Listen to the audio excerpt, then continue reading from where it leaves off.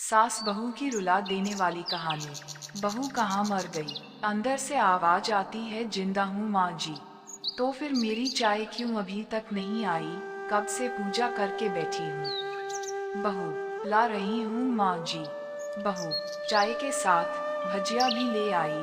सास ने कहा, तेल का खिलाकर मारोगी क्या? बहू ने कहा, ठीक है माँ जी, ले जाती हूँ। सास ने कहा, रहने दे, अब बना दिया है तो खा लेती हूँ। सास ने भजिया उठाए और कहा, कितनी गंदी भजिया बनाई है तुमने। बहू, माँ जी मुझे कपड़े धोने हैं, मैं जाती हूँ। बहू दरवाजे के पास छिपकर खड़ी हो गई। सास भजिया पर टूट पड़ी और पूरी भजिया खत्म कर दी। बहू मुस्कुराए और काम पर लग गई। दोपहर के खाने का वक्त हुआ। सास ने फिर आवाज लगाई, कुछ खाने को मिलेगा? बहू ने आवाज नहीं दी। सास फिर चिल्लाई, भूखे मारोगी क्या? बहू आई और सामने खिचड़ी रख दी। सास गुस्से से, ये क्या है? मुझे इसे नहीं खाना, इसे ले जाओ। बहू ने कहा, आपको डॉक्टर ने दिन में खिचड़ी खाने को कहा है, खाना तो पड़ेगा ही। सास मुंह बनाते हुए, हाँ तू मेरी माँ बन जा। बहू फिर मुस्कुराए और चली गई। आज घर पूजा थी। बहू सुबह 4 बजे उठ गई। पहले स्नान किया, फिर फूल लाए, माला बनाए, रसोई साफ की, पकवान और भोज बनाया। सुबह के 10 बज गए। अब सास भी उठ चुकी थी। बहू अब पंडित जी के साथ भगवान के वस्त्र तैयार कर रही थी। आज ऑफिस की छुट्टी थी, उनके पति भी घर पर थे। पूजा शुरू हुई। सास चिल्लाती, बहू ये नहीं है, वो नहीं है। बहू दौड़ी दौड़ी आती और सब करती। अब दोपहर के 2 बज गए थे। आरती की तैयारी चल रही थी। पंडित जी ने सबको आरती के लिए बुलाया और सबके हाथों में थाली दी। जैसे ही बहू ने थाली पकड़ी, थाली हाथों से गिर पड़ी। शायद भोज बनाते हुए बहू के हाथों में तेल लगा था, जिसे वो पोंछना भूल गई थी। सारे लोग तरह तरह की बातें करने लगे। कैसी बहू है, कुछ नहीं आता, एक काम भी ठीक से नहीं कर सकती। ना जाने कैसी बहू उठा लाए। एक आरती की थाली भी संभाल नहीं सकी। उसके पति भी गुस्सा हो गए, पर सास चुप रही। कुछ नहीं कहा, बस यही बोल के छोड़ दिया, सीख रही है, सब सीख जाएगी धीरे धीरे।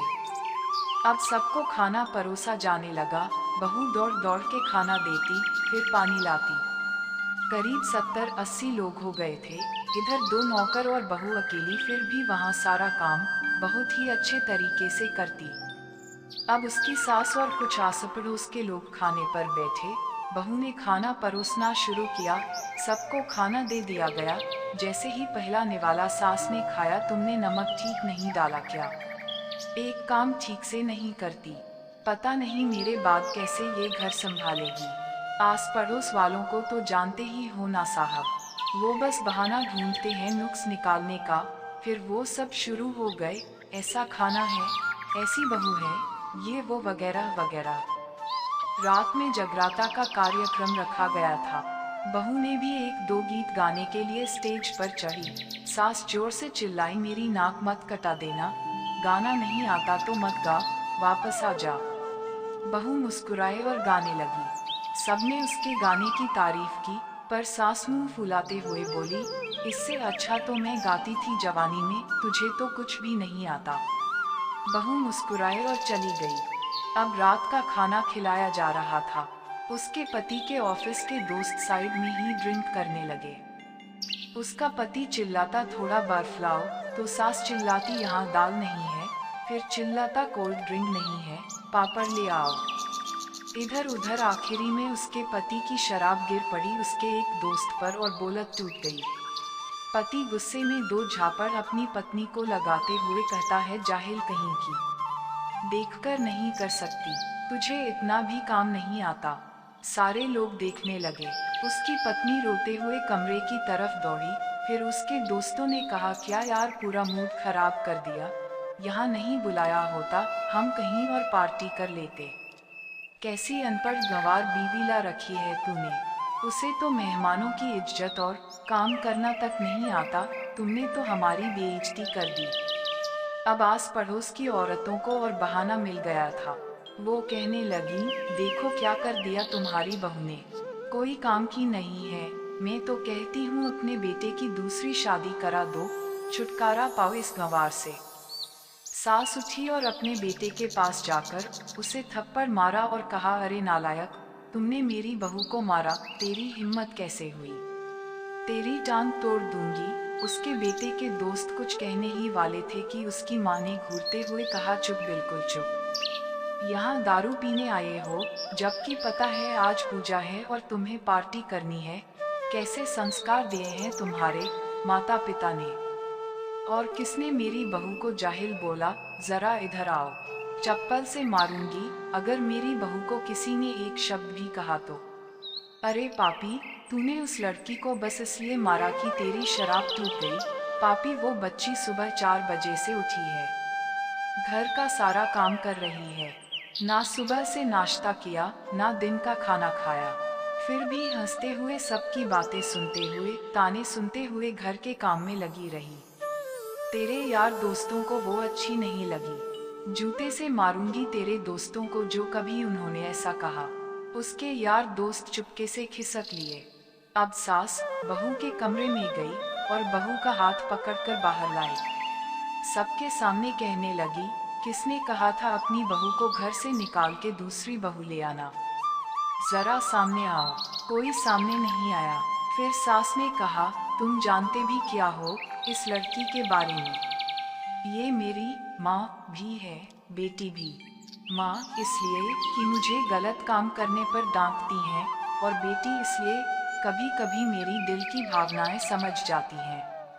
मेरी दिन रात सेवा करती है, मेरे 1000 ताने सुनती है, पर एक शब्द भी गलत नहीं कहती, ना सामने ना पीठ पीछे। और तुम कहते हो दूसरी बहू ले आऊं। याद है ना छुटकी की दादी, अपनी बहू की करतूत? सास ने गुस्से से पड़ोस की महिला को कहा, अभी पिछले हफ्ते ही तुम्हें मियाँ बीवी भूखे छोड़ घूमने चले गए थे। मेरी इसी बहू ने 7 दिनों तक तुम्हारे घर पर खाना पानी, यहाँ तक कि तुम्हारे पैर दबाने जाती थी, और तुम इसे जाहिल बोलती हो।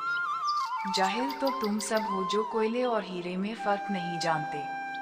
अगर आइंदा मेरी बहू के बारे में किसी ने एक लफ्ज भी बोला ना, तो मुझसे बुरा कोई नहीं होगा, क्योंकि ये मेरी बहू नहीं, मेरी बेटी है। बहू सिसकियां लेते हुए फिर कमरे में चली गई।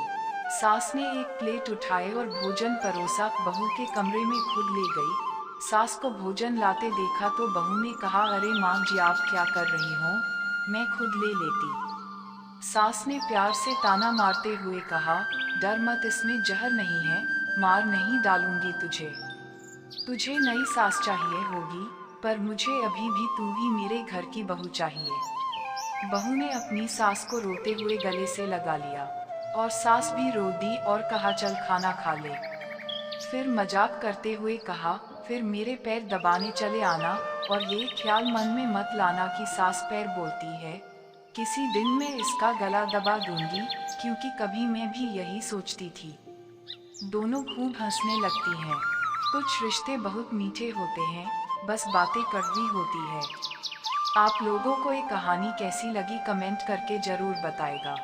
चैनल को सब्सक्राइब करके हमें दिल से सपोर्ट करिए।